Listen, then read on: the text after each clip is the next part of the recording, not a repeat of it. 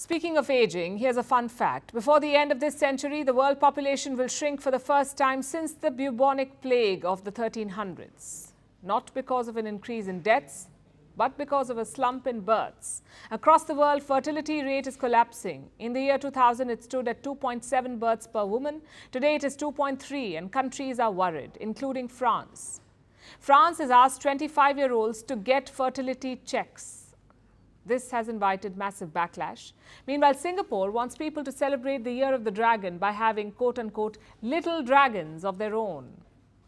That's what they're calling babies, to make the concept more interesting, perhaps. But will these tactics work? Here's a report.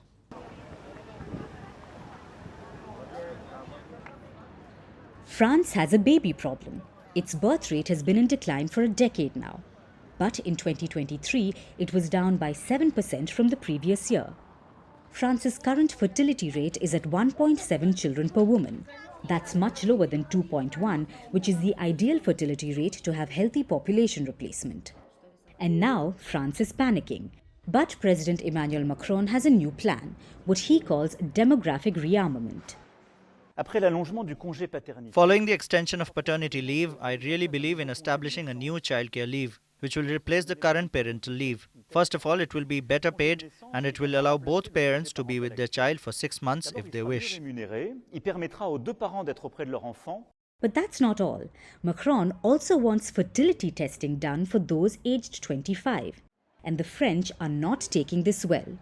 Critics say he has made people's bodies a part of the national plan. That this is an offensive intrusion, especially as the number of people who start planning to have children at 25 is extremely low. The average age at which French women give birth is 31. France wants to impose tests instead of understanding why the birth rate is declining. So Macron is on the receiving end of a massive backlash. But France isn't the only one facing this plight. Singapore has a similar problem. In 2022, Singapore's fertility rate fell to a record low of 1.04. Last year, it rose to 1.17, which is progress, but still kept Singapore in the worst 3 fertility rates in the world after Taiwan and South Korea. Now, Singaporean Prime Minister Lee Hsien Loong has urged families to have more children this year. He encouraged the people in his Lunar New Year address. This being the Year of the Dragon, Loong asked young couples to welcome little dragons into their families. Cute words of encouragement, but they may not be enough to solve the problem. After all, many countries are in the same boat. America, Italy, Spain, China, Japan.